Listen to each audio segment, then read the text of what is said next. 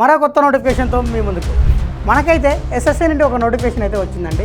ఏంటా నోటిఫికేషన్ అంటే కేంద్ర ప్రభుత్వ విభాగాల్లోనూ, కేంద్ర ప్రభుత్వ సంస్థల్లోనూ, కేంద్ర ప్రభుత్వ మంత్రిత్వ శాఖలోనూ స్టెనోగ్రాఫర్ గ్రేడ్ సి అని, స్టెనోగ్రాఫర్ గ్రేడ్ డి అని పోస్టులు అయితే ఖాళీగా ఉన్నాయి. ఈ ఖాళీలను భర్తీ చేయాలనే ఉద్దేశంతో ఈ నోటిఫికేషన్ అయితే విడుదల చేయడం జరిగింది. మరి ఈ నోటిఫికేషన్ సంబంధించి మొత్తం ఎన్ని ఖాళీలు ఉన్నాయి, ఈ ఖాళీలకు సంబంధించి అప్లికేషన్స్ ఎప్పటి నుంచి ప్రారంభమవుతుంది, ఎవరెవరు అర్హులు, ఏజ్ ఎంత ఉండాలా, ఫీజు ఎంత ఉంటుంది, ఎంపిక ఎలా జరుగుతుంది, దీనికి సంబంధించిన పూర్తి సమాచారాన్ని మన వీడియోలో తెలుసుకుందాం. Hi, hello, welcome to T1 academy. నేను మీ ఆజాద్.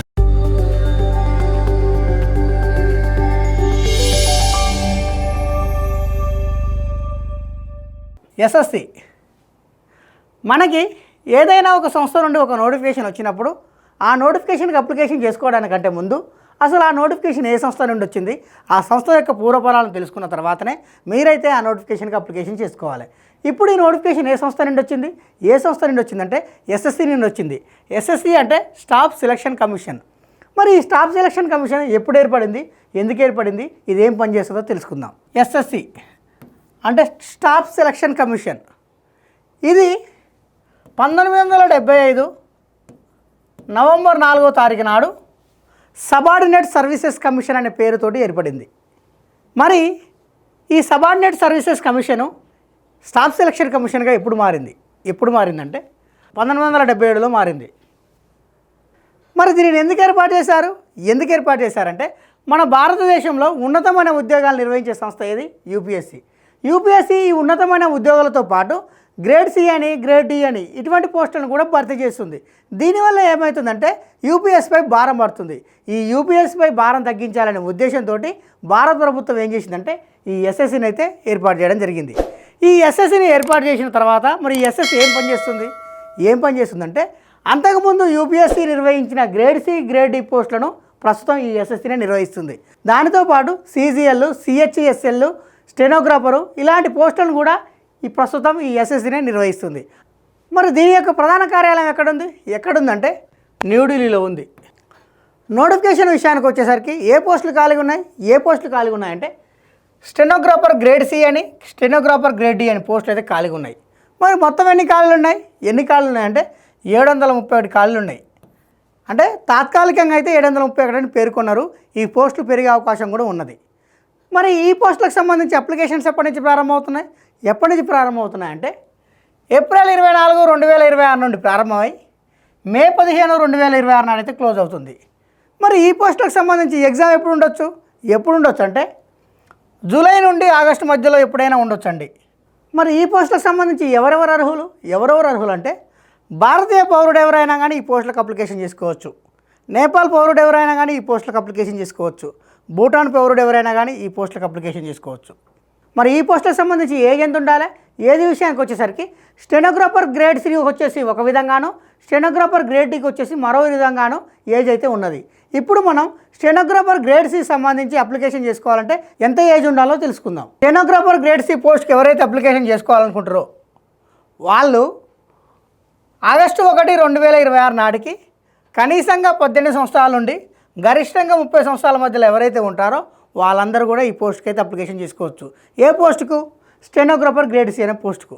అదే స్టెనోగ్రాఫర్ గ్రేడ్ డి పోస్ట్కి అప్లికేషన్ చేసుకోవాలంటే ఎంత ఏజ్ ఉండాలంటే ఆగస్టు 1, 2026 నాటికి కనీసంగా 18 సంవత్సరాల నుండి గరిష్టంగా 27 సంవత్సరాల మధ్యలో ఎవరైతే ఉంటారో వాళ్ళందరూ కూడా ఈ స్టెనోగ్రాఫర్ గ్రేడ్ డి అనే పోస్ట్కి అయితే అప్లికేషన్ చేసుకోవచ్చు. మరి ఈ పోస్టులకు సంబంధించి ఏజ్ రిలాక్సేషన్ ఉంటుందా అంటే ఉంటుంది. ఎంత ఉంటుందంటే ఎస్సీ వాళ్ళకు, ఎస్టీ వాళ్ళకు వచ్చేసి 5 సంవత్సరాల ఏజ్ రిలాక్సేషన్ ఉన్నది. ఓబీసీ వాళ్ళకు వచ్చేసి 3 సంవత్సరాల ఏజ్ రిలాక్సేషన్ ఉన్నది. ఫిజికల్లీ హ్యాండిక్యాప్డ్ ఎవరైతే జనరల్ వాళ్ళు కావచ్చు, ఈడబ్ల్యూఎస్ వాళ్ళు కావచ్చు, ఎవరైతే ఈడబ్ల్యూఎస్ వాళ్ళు కానీ జనరల్ వాళ్ళు కానీ ఫిజికల్ హ్యాండిక్యాప్డ్ అయితే వాళ్ళకు వచ్చేసి 10 సంవత్సరాల ఏజ్ రిలాక్సేషన్ ఉన్నది. అదే ఫిజికల్ హ్యాండిక్యాప్డ్ ఓబీసీ వాళ్ళైతే వాళ్ళకు వచ్చేసి 13 సంవత్సరాల ఏజ్ రిలాక్సేషన్ ఉన్నది. అదే ఫిజికల్ హ్యాండిక్యాప్డ్ ఎస్సీ వాళ్ళు, ఎస్టీ వాళ్ళు అయితే వాళ్ళకు వచ్చేసి 15 సంవత్సరాల ఏజ్ రిలాక్సేషన్ ఉన్నది. అదే ఎక్స్ సర్వీస్ మ్యాన్లు ఎవరైతే ఉన్నారో వాళ్ళకు వచ్చేసి 3 సంవత్సరాల ఏజ్ రిలాక్సేషన్ అయితే ఉన్నది. మరి ఈ పోస్ట్కి అప్లికేషన్ చేసుకోవాలంటే ఎటువంటి ఎడ్యుకేషనల్ క్వాలిఫికేషన్ కావాలంటే ఎవరైతే ఈ పోస్ట్కి అప్లికేషన్ చేసుకోవాలనుకుంటారో వాళ్ళు ఖచ్చితంగా ఇంటర్మీడియట్ అయితే పాస్ కావాలి. దానితో పాటు స్టెనోగ్రాఫర్ గురించి తెలిసి ఉండాలి, అంటే షార్ట్ హ్యాండ్ వచ్చి ఉండాలి ఖచ్చితంగా. షార్ట్ హ్యాండ్ వచ్చి ఇంటర్మీడియట్ ఎవరైతే క్వాలిఫై అవుతారో వాళ్ళందరూ కూడా ఈ పోస్ట్కి అయితే ఎలిజిబుల్. మరి డిప్లొమా చేసిన వాళ్ళు ఈ పోస్ట్కి ఎలిజిబులా అంటే ఎలిజిబుల్. మరి బీటెక్ చేసిన వాళ్ళు ఈ పోస్ట్కి ఎలిజిబులా అంటే ఎలిజిబుల్. అంటే డిప్లొమా చేసిన వాళ్ళు ఎలిజిబుల్, బీటెక్ చేసిన వాళ్ళు ఎలిజిబుల్, డిగ్రీ చేసిన వాళ్ళు ఎలిజిబుల్, ఇంటర్మీడియట్ ఎవరైతే పాస్ అవుతారో వాళ్ళు కూడా ఎలిజిబుల్. కాకపోతే వీళ్ళకు షార్ట్ హ్యాండ్ తెలిసి ఉండాలి, అంటే షార్ట్ హ్యాండ్ వచ్చి ఉండాలి. ఇలా షార్ట్ హ్యాండ్ వచ్చి ఎవరైతే ఇంటర్మీడియట్ పాస్ అవుతారో వాళ్ళందరూ కూడా ఈ పోస్ట్కి అయితే ఎలిజిబుల్. మరి ఓపెన్ డిగ్రీ చేసిన వాళ్ళు కానీ ఓపెన్ ఇంటర్ చేసిన వాళ్ళు కానీ దీనికి ఎలిజిబులా అంటే ఎలిజిబుల్. కాకపోతే వీళ్ళు ఏ యూనివర్సిటీలో అయితే చేసిర్రో ఆ యూనివర్సిటీ యూజీసీతో గుర్తింపు పొంది ఉండాలి. అంటే యూజీసీతో గుర్తింపు పొందిన ఏదైతే యూనివర్సిటీ ఉంటుందో ఆ యూనివర్సిటీలో డిస్టెన్స్ ఎడ్యుకేషన్ చేసినప్పటికి కూడా వాళ్ళైతే ఎలిజిబులే. మరి ఈ పోస్టులకు సంబంధించి అప్లికేషన్ ఫీజు ఎంత? అప్లికేషన్ ఫీజు విషయానికి వచ్చేసరికి జనరల్ వాళ్ళకు మరియు ఓబీసీ వాళ్ళకు మరియు ఈడబ్ల్యూఎస్ వాళ్ళు ఎవరైతే ఉన్నారో వాళ్ళకు వచ్చేసి 100 రూపాయల అప్లికేషన్ ఫీజు అయితే ఉన్నది. అదే ఉమెన్స్కి, ఎస్సీ వాళ్ళకి, ఎస్టీ వాళ్ళకి, ఫిజికల్ హ్యాండిక్యాప్డ్ వాళ్ళకి, ఎక్స్ సర్వీస్ వాళ్ళకి వీళ్ళకైతే ఫీజు లేదండి. మరి ఈ ఫీజును దేని ద్వారా చెల్లించవచ్చు అంటే భీమ్ యూపీఐ ద్వారా కానీ, నెట్ బ్యాంకింగ్ ద్వారా కానీ, వీసా కార్డు ద్వారా కానీ, మాస్టర్ కార్డు ద్వారా కానీ, మాస్టర్ కార్డు ద్వారా కానీ, రూపే కార్డు ద్వారా కానీ ఈ కార్డులలో ఏ కార్డు ద్వారా అయినా కానీ మీరైతే ఈ ఫీజుని అయితే చెల్లించవచ్చు. మరి ఈ ఫీజు చెల్లించడానికి లాస్ట్ డేట్ ఎప్పుడు అంటే మే 16, 2026 నాటికైతే మీరు ఈ ఫీజుని అయితే చెల్లించవచ్చు. మరి ఈ పోస్టులకు సంబంధించి ఎగ్జామినేషన్ సెంటర్స్ ఎక్కడెక్కడ ఇచ్చాడంటే మన ఆంధ్రప్రదేశ్ విషయానికి వచ్చేసరికి గుంటూరు, కాకినాడ, కర్నూలు, నెల్లూరు, ఒంగోలు, రాజమండ్రి, తిరుపతి, విజయవాడ, విశాఖపట్నం, విజయనగరం, శ్రీకాకుళం, ఏలూరు వీటినైతే ఎగ్జామినేషన్ సెంటర్గా ఇవ్వడం జరిగింది. అదే మన తెలంగాణ విషయానికి వచ్చేసరికి హైదరాబాదు, కరీంనగర్, వరంగల్, సిద్దిపేట వీటినైతే ఎగ్జామినేషన్ సెంటర్గా ఇవ్వడం అయితే జరిగింది. మరి ఈ పోస్టులకు సంబంధించి ఎంపిక ఎలా ఉంటుంది? ఎంపిక విషయానికి వచ్చేసరికి ఈ పోస్టులకు సంబంధించి ఎంపిక అనేది 2 దశలో ఉంటుంది. మొదటి దశలో కంప్యూటర్ బేస్డ్ ఎగ్జామ్ అయితే ఉంటుంది. ఈ కంప్యూటర్ బేస్డ్ ఎగ్జామ్లో ఎవరైతే మెరిట్ సాధిస్తారో వాళ్ళనైతే స్కిల్ టెస్ట్కి అయితే ఎంపిక చేయడం జరుగుతుంది. అదే స్టెనోగ్రాఫర్ స్కిల్ టెస్ట్ ఏదైతే ఉందో ఆ స్కిల్ టెస్ట్కి అయితే ఎంపిక చేయడం జరుగుతుంది. మీకు కేవలం కంప్యూటర్ బేస్డ్ ఎగ్జామ్లో వచ్చిన మార్కుల ఆధారంగా మాత్రమే మిమ్మల్ని అయితే ఎంపిక చేయడం జరుగుతుంది. స్కిల్ టెస్ట్ అనేది కేవలం క్వాలిఫికేషన్ మాత్రమే, అంటే క్వాలిఫై మాత్రమే, ఇందులో మెరిట్ అయితే లేదు. కేవలం కంప్యూటర్ బేస్డ్ ఎగ్జామ్లో వచ్చిన మార్కుల ఆధారంగానే మిమ్మల్ని అయితే ఎంపిక చేయడం జరుగుతుంది. మరి ఈ ఎగ్జామ్కి సంబంధించి ఎగ్జామ్ ప్యాటర్న్ ఏంటి? ఎగ్జామ్ ప్యాటర్న్ విషయానికి వచ్చేసరికి మొత్తం వచ్చేసి 200 క్వశ్చన్స్, మొత్తం మార్కులు వచ్చేసి 200 మార్కులు. ఈ 200 మార్కులకి ఏటేజ్ ఎక్కడెక్కడ ఇచ్చాడు? General intelligence and reasoning, general awareness, English language and comprehension వీటిని అయితే సబ్జెక్టులుగా పేర్కొనడం అయితే జరిగింది. అంటే వీటిని అయితే సిలబస్గా పేర్కొనడం జరిగింది.